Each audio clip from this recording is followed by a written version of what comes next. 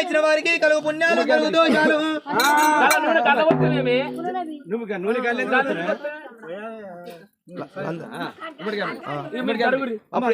ఎల్లమ్మ చెప్పిందన్నాడు గణాదులు రావాలి ఇక్కడ. అమ్మ శివసత్తులు గణాలు ముంగటారి శిగాలు పెట్టాలి దేవుళ్ళ శిగాలు పెట్టాలి.